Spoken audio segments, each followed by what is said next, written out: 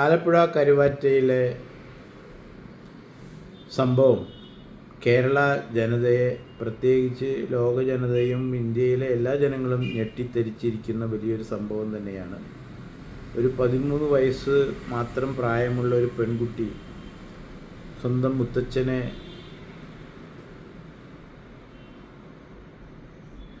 ആസൂത്രിതമായി കൊലപ്പെടുത്തി എന്ന് പറയുമ്പോൾ വളരെ വിഷമത്തോടുകൂടി ഞെട്ടിക്കുന്നൊരു സംഭവം തന്നെയാണ്. മുത്തച്ഛനായ ശിവൻകുട്ടി ചെട്ടിയാർ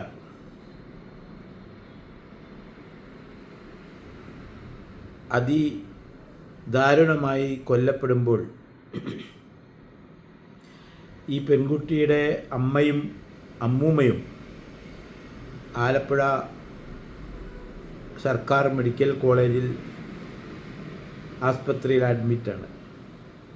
അതായത്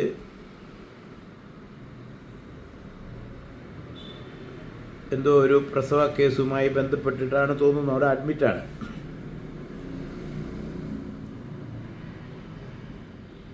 ഈ കുട്ടിയുടെ അച്ഛൻ എന്ന് പറയുന്നത് ശരിയായ അച്ഛനല്ല, വളർത്തച്ഛനാണ്.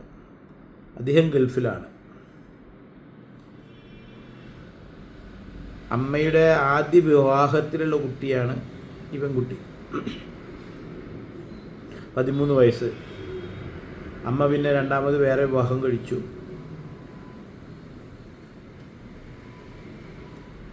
ഈ അമ്മയും അമ്മൂമ്മയും ഹോസ്പിറ്റലിൽ പോയപ്പോൾ വീട്ടിൽ മുത്തച്ഛൻ മാത്രമായി. ആ സമയം നോക്കി തന്നെയാണ് ഈ കൊലപാതകം നടത്താൻ തിരഞ്ഞെടുത്തത് എന്ന് നമുക്ക് മനസ്സിലാവും. ഇവിടെ അതൊന്നുമല്ല വിഷയം. 13 വയസ്സായ ഒരു പെൺകുട്ടി, അവരുടെ കൂട്ടുകാർ 14-15 വയസ്സായ ആൺകുട്ടികൾ, ഇവരാണിത് ചെയ്തിരിക്കുന്നത്. ഇവരുടെ നിർദ്ദേശപ്രകാരമാണെന്ന് പറയുന്നു. ഇതൊക്കെ മൊഴികളിൽ നിന്നുള്ള പോലീസിൻ്റെ കണ്ടെത്തലുകളാണ്. ഇവള് തന്നെയാണ് അടുത്തുള്ള അയൽവാസിയെ വിളിച്ച് മുത്തച്ഛൻ വാതിൽ തുറക്കുന്നില്ല എന്നൊക്കെ പറഞ്ഞ് ആൾക്കാരെ വിളിച്ചു കൂട്ടിയതും ആൾക്കാർ വന്നതും പോലീസ് വന്നതും ഒക്കെ. പക്ഷേ മുത്തച്ഛൻ മരിച്ചു കിടക്കുമ്പോൾ ഇവള് സ്കൂളിൽ പോകാൻ റെഡിയായി പോകുന്നത് കണ്ടപ്പോഴാണ് ഇത് സംശയത്തിന് ഇടവരുത്തിയത്. അങ്ങനെ ചോദ്യം ചെയ്യപ്പെട്ടപ്പോഴാണ് ഈ ചുരുൾ മുഴുവൻ അഴിയുന്നത്. ഇവളുടെ കൂട്ടുകാർ ഈ 14-15 വയസ്സായ ആൺപിള്ളേരാണ് ഇത് ചെയ്തിരിക്കുന്നത്. പല സ്ഥലങ്ങളിലുള്ളവരാണ്. അതിൽ ചില ഫ്രണ്ട്സൊക്കെ ഈ വാട്സപ്പിൽ ഇൻസ്റ്റാഗ്രാമിലൊക്കെ കൂടി പരിചയപ്പെട്ടതാണെന്ന് തോന്നുന്നു. ഈ മുത്തച്ഛനായിട്ട് ഈ പെൺകുട്ടി എന്നും അടിയാണ്. കാരണം ഇവൾക്ക് ഏറ്റവും വില പിടിച്ച മൊബൈൽ വേണം, മറ്റുള്ള സൗകര്യങ്ങൾ വേണം. ഇതിനൊക്കെ എന്നും ഈ മുത്തച്ഛൻ അവളെ ശകാരിക്കാറുണ്ട്, എതിർക്കാറുണ്ട്. അപ്പോൾ ഈ മുത്തച്ഛനെ ഭയങ്കര ദേഷ്യമാണ്. അപ്പോൾ മുത്തച്ഛനെ എന്തെങ്കിലും ചെയ്യണമെന്നുള്ള വൈരാഗ്യ ബുദ്ധിയോട് തന്നെയാണ് ഈ പെൺകുട്ടി നടക്കുന്നത്. ഇത് ഒട്ടുമിക്ക എല്ലാ വീടുകളിലും ഇപ്പോൾ നമുക്ക് കാണാൻ സാധിക്കുന്ന ഒരു സ്ഥിരം കാഴ്ച തന്നെയാണ്. കാരണം രക്ഷിതാക്കൾ ആണ് ആകെ സ്വന്തം മക്കളെ എതിർക്കുക. അനാവശ്യ കാര്യങ്ങൾ. ഒരു മീഡിയം ഫാമിലിയാണ്. ഹൈ ഫാമിലിയിൽ ഇതൊന്നും ഇല്ല, അത് വേറെ കഥ. ഇത്രയും ചെറിയ കുട്ടികൾക്ക് ഈ മൊബൈൽ, അതും ഏറ്റവും ലേറ്റസ്റ്റ് മൊബൈലൊക്കെ വാങ്ങണം എന്ന് ശാഠ്യം പിടിക്കുമ്പോൾ പൈസ ഉണ്ടെങ്കിലും പൈസ ഇല്ലെങ്കിലും അത് വളരെയധികം വിഷമിപ്പിക്കുന്ന കാര്യമാണ്. അപ്പോൾ ഈ മുത്തച്ഛൻ ഇതിനൊക്കെ എതിർക്കും. അവളുടെ നടത്തിപ്പിലും എതിർക്കാറുണ്ട്. കാരണം തോന്നിയ സമയത്ത് അവൾ വീട്ടിൽ നിന്ന് ഇറങ്ങിപ്പോവും, കയറി വരും. ഇതൊക്കെ എതിർക്കുന്ന വ്യക്തിയാണ് ഈ മുത്തച്ഛൻ. അപ്പോൾ മുത്തച്ഛൻ ഇവരുടെ ജീവിതത്തിലെ ഒരു വലിയ കരട് തന്നെയായിരുന്നു. അതായിരിക്കാം ഇവൾ കൂട്ടുകാരോട് ഒത്ത് ഇത് ചെയ്യിപ്പിച്ചത്. പക്ഷേ ഇതിൽ വേറൊരു കാര്യം കൂടിയുണ്ട്. മുത്തച്ഛൻ്റെ കയ്യിൽ കുറച്ച് സ്വർണ്ണമുണ്ട്. ഇതൊക്കെ അടിച്ചു മാറ്റുകയും അവർക്ക് വിലസി ഇവൾക്ക് മൊബൈൽ വാങ്ങണം, കൂട്ടുകാർക്ക് മോട്ടോർ സൈക്കിൾ വാങ്ങണം. ഇതൊക്കെയാണ് വേറെ പരിപാടി.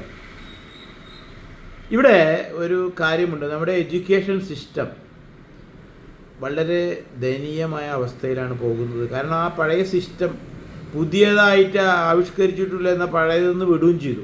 അങ്ങനെയാണ് പോകുന്നത്. സ്കൂളുകളിൽ സത്യത്തിൽ ഇന്നുള്ള അധ്യാപകർക്ക് വിദ്യാർത്ഥികളെ ശരിയായ രീതിയിൽ ശകാരിക്കാനുള്ള സാഹചര്യമുണ്ടോ? ഇതാണ് ആദ്യത്തെ ചോദ്യം. ഇനി ഏതെങ്കിലും ഒരു അധ്യാപകൻ ഒരു വിദ്യാർത്ഥിയുടെ തെറ്റ് കണ്ട് ഒന്ന് കണ്ണുരുട്ടി നോക്കിയാൽ മതി, അതൊന്ന് കുറ്റമാണ്. കുറ്റം മാത്രമല്ല, ആ അധ്യാപകൻ കുടുങ്ങി, അധ്യാപകൻ്റെ ലൈഫേ പ്രശ്നത്തിലേക്ക് പോകും. അതിന് സർക്കാർ കുറേ നൂലാമാലകൾ ഉണ്ടാക്കി വെച്ചിട്ടുണ്ട്. ബാലാവകാശ കമ്മീഷൻ, വനിതാ കമ്മീഷൻ, പിന്നെ എന്താണ്, വേറെയുണ്ട് കുറേ കമ്മീഷനുകൾ ഉണ്ടാക്കി വെച്ചിരിക്കുക. ഇത്തരത്തിൽ കണ്ണുരുട്ടി നോക്കിയാൽ കുഴപ്പം, വടിയെടുത്ത് അടിച്ചാൽ കുഴപ്പം, ചീത്ത പറഞ്ഞാൽ കുഴപ്പം. അപ്പോൾ ഒരു അധ്യാപകനും ഇന്ന് ഈ തലവേദനയ്ക്ക് പോവാത്തൊരവസ്ഥയായി സ്കൂളുകളിൽ. ഞാൻ ചില സ്കൂളുകളിൽ ഈ വിദ്യാർത്ഥികൾ ടീച്ചറുടെ കവിള് തോണ്ടിയതും കവിളിൽ കയറി ഉമ്മ വെച്ച കഥകളൊക്കെ പുറത്ത് വരാറുണ്ട്. പക്ഷേ ആ മാനേജ്മെൻ്റ് അത് പുറത്തേക്ക് വിടാറില്ല, അവിടെ ഒതുക്കി വയ്ക്കും. ഇപ്പോൾ അടുത്ത് നമ്മൾ കണ്ടതല്ലേ ഒരു മാസം മുന്നേ, അതായത് എല്ലാ സ്കൂളുകളിലും ഒരു ഹാൻഡ് ക്യാപ്ഡ്, അതായത് എന്തെങ്കിലും അംഗവൈകല്യമുള്ള ആളെ തന്നെ അധ്യാപകനായി വയ്ക്കണമെന്ന് നിർബന്ധമാണ്, പ്രത്യേകിച്ച് മാനേജ്മെൻറ്റ് സ്കൂളുകളിൽ. അങ്ങനെ ഒരു ന്യൂസ് നമ്മൾ കണ്ടതാണ്. ഒരു അധ്യാപകന് കാഴ്ചയ്ക്ക് ഇത്തിരി മങ്ങലാണ്, ലോങ് സൈറ്റ് ഇല്ല, ഇതാണ് അയാളുടെ ഹാൻഡിക്യാപ്പ്. ബാക്കിയൊന്നും അയാൾക്കൊരു കുഴപ്പമില്ല. പക്ഷെ അയാൾക്ക് മുന്നിലിരിക്കുന്ന ആൾക്കാരെ വ്യക്തമായിട്ട് കാണാൻ സാധിക്കില്ല. നന്നായി സംസാരിക്കും, ക്ലാസ് എടുക്കും, ശകാരിക്കും, ഉപദേശിക്കും, നല്ല കഴിവുള്ള ആൾ. അങ്ങനെ ഒരു ക്ലാസ് എടുക്കുന്ന സമയത്ത് ആ അധ്യാപകനെ കളിയാക്കി ആ ബെഞ്ചിൽ കയറി നിന്ന് ആ ക്ലാസ്സിലെ ഒരു വിദ്യാർത്ഥി വേറെ ഒരു നാടകം കളിക്കുന്നുണ്ടായിരുന്നു. ഈ അധ്യാപകന് സ്വന്തം കസേരയിലിരുന്ന് അത് കാണാൻ കഴിയില്ല. അത് മുതലാക്കിക്കൊണ്ടാണ് ആ വിദ്യാർത്ഥി ഈ കളിയാക്കിയിട്ട് മറ്റുള്ള പിള്ളേരുടെ മുമ്പിൽ ഈ കോമഡി അവിടെ നടത്തിക്കൊണ്ടിരിക്കുന്നത്. ഇവിടെ ക്ലാസ് നടത്തുകയാണ്, ക്ലാസ് എടുക്കുകയാണ്, ആ സമയത്ത് അത് നടക്കുന്നത്. പക്ഷേ നിർഭാഗ്യവശാൽ വേറൊരു അധ്യാപകൻ ആ ക്ലാസ്സിലേക്ക് കയറി വരികയാണ്, എന്തോ ഒരു മെമ്മോ പറയാനും കാര്യങ്ങൾക്കായിട്ട് ഈ അധ്യാപകനോട് പറയാൻ വേണ്ടിയിട്ട് കയറി വരുമ്പോൾ ഈ അധ്യാപകൻ കാണുന്നതാണ്, ഈ അധ്യാപകൻ ക്ലാസ് എടുക്കുന്നുണ്ട്, ആ ബെഞ്ചിൻ്റെ മുകളിൽ കയറി നിന്ന് ആ വിദ്യാർത്ഥി ഇദ്ദേഹത്തെ കളിയാക്കിയിട്ട് കോപ്രായങ്ങൾ കാട്ടുകയാണ്. ഈ അധ്യാപകൻ അത് കണ്ട്, അധ്യാപകൻ കണ്ടപ്പോൾ ആ വിദ്യാർത്ഥി ചാടി അവിടെ മിണ്ടാണ്ടിരുന്നു. പക്ഷേ ഈ അധ്യാപകൻ ഈ ഹാൻഡിക്യാപ്ഡ് അധ്യാപകനോട് കാര്യങ്ങൾ പറഞ്ഞു. അദ്ദേഹത്തിന് ഭയങ്കര വിഷമമായി. കാരണം അദ്ദേഹം ക്ലാസ് എടുക്കുമ്പോൾ ഇവരന്മാരൊക്കെ വളരെ സൈലൻ്റാണ്. അപ്പോൾ പുള്ളിയുടെ വിചാരം ഇവരൊക്കെ പുള്ളീനെ ഭയങ്കര റെസ്പെക്റ്റ് ചെയ്യുന്നുണ്ടെന്ന പുള്ളിയുടെ അനുമാനം. ഈ അധ്യാപകൻ ഇത് പറഞ്ഞപ്പോൾ അപ്പോൾ പുള്ളി ചിരിച്ച് മിണ്ടാതിരുന്നു. കാരണം ഇവർക്ക് കാഴ്ചത്തിന് കുറവുണ്ടല്ലോ. ആ അധ്യാപകൻ പോയപ്പോൾ ഈ അധ്യാപകൻ കാഴ്ച മങ്ങലാണെങ്കിലും ഈ വിദ്യാർത്ഥിയെ വിളിച്ച് കാര്യം ചോദിക്കുകയാണ് വിളിച്ചിട്ട്. അപ്പോൾ അവൻ ചെയ്ത് തെറ്റൊഴിഞ്ഞില്ല എന്ന് പറയാൻ പറ്റില്ലല്ലോ. അവൻ ഒന്നും ഉണ്ടാകാതെ മുന്നിൽ നിന്നപ്പോൾ ചൂരലെടുത്ത് 2 അടി കൊടുത്തു. വളരെ ശക്തമായിട്ടാണ്, അഞ്ഞ് മെല്ലെയാണ് അടിച്ചതെന്നും എനിക്ക് നന്നായിട്ട് അറിയില്ല. അടിച്ചു. അത് മറ്റുള്ള കുട്ടികളുടെ മുന്നിൽ വെച്ചിട്ടാണ് അടിച്ചത്. അവൻ ഒരു ഹീറോ ആയിട്ട് കളിയാക്കി നിൽക്കണ ആ സമയത്ത്, പ്രത്യേകിച്ച് അവിടുത്തെ പെൺകുട്ടികളുടെയൊക്കെ മുന്നിൽ ഹീറോ ആയിട്ടല്ലേ, ആ സമയത്ത് ഈ അധ്യാപകൻ പറഞ്ഞതിൻ്റെ പേരിൽ അവനെ വിളിച്ച് ഈ ഹാൻഡിക്യാപ്ഡ് അധ്യാപകൻ 2 അടി കൊടുത്തു. ഇവൻ നിലവിളിച്ച് വീട്ടിൽ പോയി അവൻ്റെ അച്ഛനും അമ്മയോട് ഇത് പറയണം.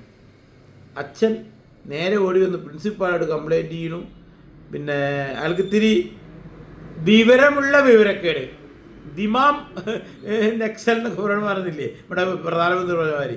അല്ലെങ്കിൽ ഒരു അച്ഛൻ സ്വന്തം മകൻ തെറ്റ് ചെയ്തിട്ട് അത് ന്യായീകരിക്കാൻ നടക്കുമോ? ആ അച്ഛൻ ഈ പ്രിൻസിപ്പാളോട് കംപ്ലൈൻറ്റ് ചെയ്യുന്നു, പോലീസിൽ കംപ്ലൈൻറ്റ് ചെയ്യുന്നു, ബാലാവകാശ കമ്മീഷനിലൊക്കെ കംപ്ലൈൻറ്റ് ചെയ്യാണ്. ചുരുക്കം പറയാത്തിങ്ങ് ഈ ഹാൻഡിക്യാപ്ഡ് അധ്യാപകൻ ഒരു പ്രശ്നത്തിൽ പോയി പെടുന്നു. അദ്ദേഹത്തിനോട് മറ്റുള്ള അധ്യാപകർ വേഗം പറഞ്ഞു, നീ കഷ്ടപ്പെട്ട് ഒരു ജോലി കിട്ടിയതാ, ജോലി കളയണ്ട, ഇത് പ്രശ്നത്തിലേക്കാ പോടെ, നീ വേഗം ആ പയ്യനെയും പയ്യൻ്റെ രക്ഷിതാവിനും വിളിച്ച് മാപ്പ് പറയാണ്. ആ അധ്യാപകൻ ഗതികേടുകൊണ്ട് മാപ്പ് പറയുന്നു. ഇതാണ് ഇന്നത്തെ നമ്മുടെ സമൂഹത്തിലെ രക്ഷിതാക്കൾ നന്നാവാത്തത് കാരണമാണ് ഇന്ന് ഈ വിദ്യാർത്ഥികൾ ഈ തരത്തിൽ പോകുന്നത്.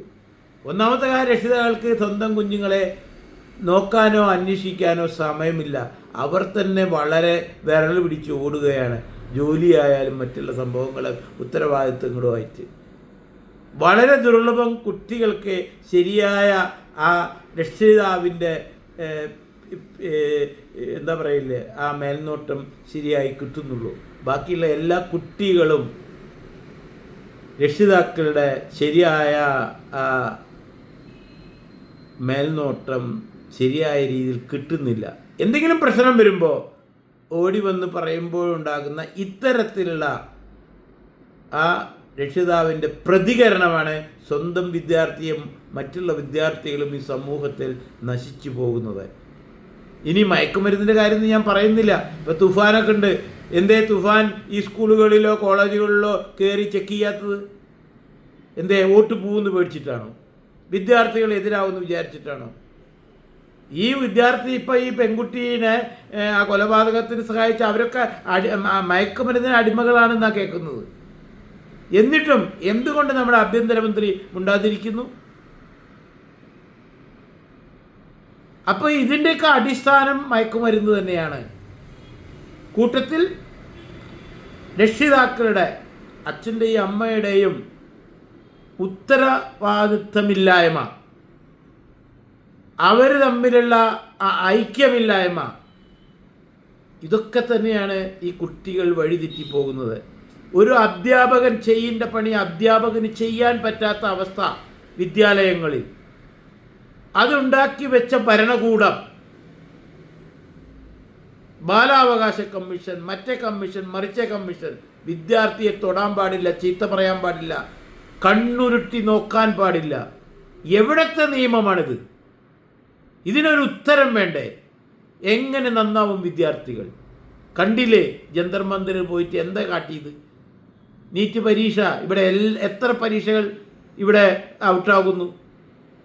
ഒരു പരീക്ഷയുടെ പേര് പറഞ്ഞ് രാജ്യത്ത് കലാപം ഉണ്ടാക്കാൻ ഇറങ്ങുന്നു. നോക്കിയേ, ഇതിന് കൂട്ടുനിൽക്കുന്ന രക്ഷിതാക്കൾ. ഒരു വിദ്യാർത്ഥി, അത് 50 വയസ്സായാലും വിദ്യാർത്ഥി കേട്ടോ, JNUവിൽ, അത് വേറെ കഥ. എന്താ വരുമാന മാർഗം? ഈ അച്ഛനും അമ്മയും കൊടുക്കണം. യൂറോപ്പ്, ഇറ്റലി, അമേരിക്കയിലൊക്കെ ഹൈസ്കൂൾ ക്ലാസ് കഴിഞ്ഞാൽ സ്വന്തമായി അധ്വാനിക്കണം പഠിത്തത്തിനൊപ്പം. ചെലവിനുള്ള പൈസ സ്വന്തമായി കണ്ടെത്തിക്കൊള്ളണം. ഇവിടെ അങ്ങനെയാണോ? ഇവിടെ 30 വയസ്സായാലും 40 വയസ്സായാലും വിദ്യാർത്ഥിയായിട്ട് JNU പോലുള്ള സ്ഥാപനങ്ങളിൽ വീട്ടിൽ നിന്ന് പൈസയും വരുത്തിയിട്ട് വലസി നാടിനെ നശിപ്പിക്കാൻ ഗൂഢാലോചനയും നടക്കുന്ന വിദ്യാർത്ഥികളെയാണ് നമുക്ക് കാണാൻ സാധിക്കുന്നത്. ഇതിനുള്ള ഉത്തരവാദികൾ ഇവിടുത്തെ രാഷ്ട്രീയക്കാർ തന്നെയാണ്.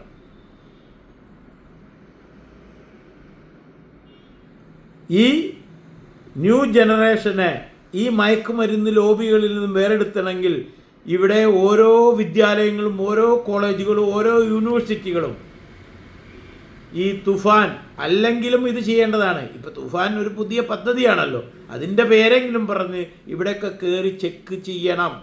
ഇത് ചെയ്തില്ലെങ്കിൽ ഇനിയും സിദ്ധാർത്ഥമാരും നേഴ്സിംഗ് കോളേജിൽ നടന്ന സംഭവങ്ങളും പാലക്കാട് മെഡിക്കൽ കോളേജിൽ തൂങ്ങി മരിച്ച സംഭവങ്ങളും അങ്ങനെ പലതും ഇനിയും നമ്മൾ ഞെട്ടിക്കുന്ന തരത്തിൽ ഈ 13 വയസ്സായവും 5 വയസ്സായ കുട്ടിയൊക്കെ പലതും ഇവിടെ ചെയ്യും.